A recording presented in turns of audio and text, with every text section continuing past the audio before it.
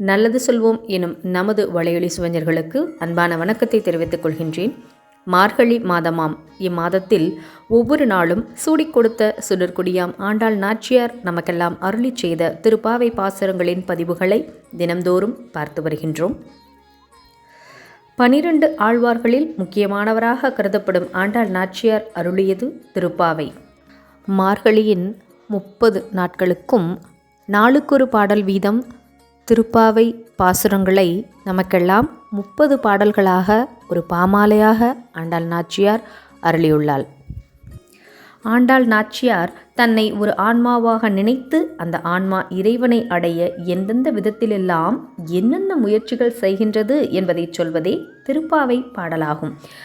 இந்த திருப்பாவை பாடல்கள் ஆண்டாள் திருமாலின் திருவடியை அடைவதற்காக மட்டுமல்ல, பின்னாளில் உலகத்தவர்கள் அனைவரும் திருமாலின் திருவடியை சென்றடைவதற்கு வழிகாட்டுவதாகவும் திருப்பாவை பாடல்கள் அமைக்கப்பட்டுள்ளன. மார்கழி திங்களாம் இன்றைய நாளில் ஆண்டாள் அருளிச் செய்த திருப்பாவை பாசுரங்களின் 16வது பாசுரத்தை காண்போம். அதற்கு முன் திருப்பாவையின் முதல் 15 பாடல்களில் பாவை நோன்பு எவ்வாறு கடைபிடிக்க வேண்டும் என்பதையும், எவற்றையெல்லாம் இந்த நோன்பு காலத்தில் தவிர்க்க வேண்டும், திருமாலின் பெருமை எத்தகையது என்றெல்லாம் ஒவ்வொரு பாசுரத்தின் வாயிலாக ஆண்டாள் நாச்சியார் நமக்கெல்லாம் பாடல் வழியே தெளிவுபடுத்துகிறாள். தற்போது திருப்பாவையின் 16வது பாடலில் தனது தோழிகளை அழைத்து கொண்டு நந்தகோபனின் மகனான கிருஷ்ணனின் வீட்டு வாசலில் வந்து நிற்பதாக ஆண்டாள் இந்த பாடலை அமைத்துள்ளார். நந்தகோபனின் அரண்மனை காவலனே, மணிக்கதவம் தாழ்த்திறப்பாய், ஆயர் சிறுமியர் எமக்கு பறை தருவதாக நேற்று கண்ணன் வாக்கு தந்து விட்டான்.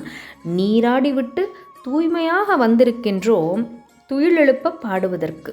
ஐயா, மறுப்பு சொல்லாமல் உன் கைகளால் கதவுகளை திறந்துவிடுக என்று வாயில் காப்பானை அழைப்பது போல் இப்பாடலை அமைத்துள்ளார் ஆண்டாள் நாச்சியார். திருப்பாவையின் 16வது பாசுர பாடலை காண்போம். நாயகனாய் நின்ற நந்தகோபனுடைய கோயில் காப்பானே, கொடி தோன்றும் தோரண வாயில் காப்பானே, மணிக்கதவம் தாழ்த்திறவாய், ஆயர் சிறுமியரோமுக்கு அரைபறை மாயன் மணிவண்ணன் நென்னலே, வாய் நேர்ந்தான் தூயோமாய் வந்தோம் துயிலெழப் பாடுவான், வாயால் முன்னம் முன்னம் மாற்றாதே அம்மானி, நேய நிலைக்கதவம் நீக்கேலோர் எம்பாவாய். ஆண்டாள் அருளி செய்த திருப்பாவையின் 16வது பாசுரத்திற்கான விளக்கத்தை காண்போம். எங்களுடைய ஒப்பற்ற தலைவனாக திகழக்கூடிய நாராயணனின் கோவிலுக்கு ஒப்பான நந்தகோபரின் வீட்டை காவல் புரிந்து கொண்டிருக்கும் ஒப்பற்ற வாயில் காப்பாளரை, இந்த கதவை எங்களுக்காக திறவுங்கள். நந்தகோபன் எழுந்தருளியுள்ள இவ் அரண்மனையையும் இதன் முன் இருக்கும் தோரணங்களையும் கொடியையும் காக்கும் வாயில் காப்பாளரே, உமக்கு எங்களுடைய வணக்கம். வாசல் கதவின் தாளை திறவுங்கள். ஆயர்குல சிறுமியர்களான எங்களுக்கு கிருஷ்ணன் நேற்று ஒரு வாக்கு கொடுத்துள்ளான். அது என்னவென்றால், ஒளி எழுப்பும் வாத்தியமான சிறிய அளவில் இருக்கக்கூடிய அரைப்பறையினை தருவதாக கூறியிருந்தார். அப்பறையை வைத்து இந்த பாவை நோன்பிலே கிருஷ்ணருடைய புகழினை நாங்கள் பாட தயாராகிவிட்டோம்.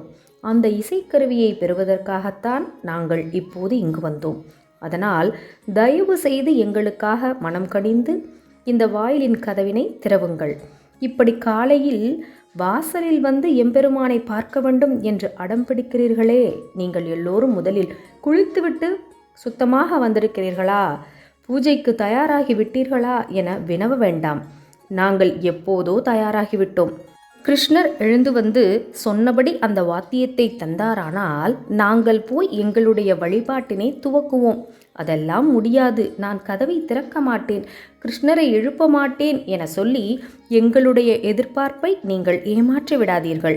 எந்தவித எதிர்மறையான வார்த்தைகளையும் சொல்லிவிடாமல் தயவு செய்து கதவை திறக்க வேண்டும்.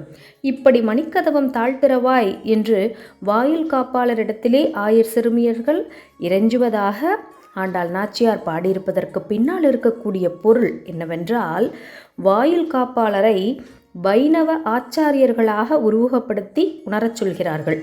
ஆச்சாரியா என்ற சொல்லுக்கு வேதத்தின் கட்டளைகளை புரிந்து கொண்டு நடைமுறைப்படுத்துகிறவர் என்று பொருள். ஆச்சாரியார்களின் துணை கொண்டுதான் இறைவனிடத்திலே முழுமையான சரணாகதியை அடைய முடியும் என்கின்ற தத்துவத்தினை இந்த பாடலின் வழியே ஆண்டாள் நாச்சியார் நமக்கெல்லாம் தெரிவிக்கின்றார். நன்றி, வணக்கம்.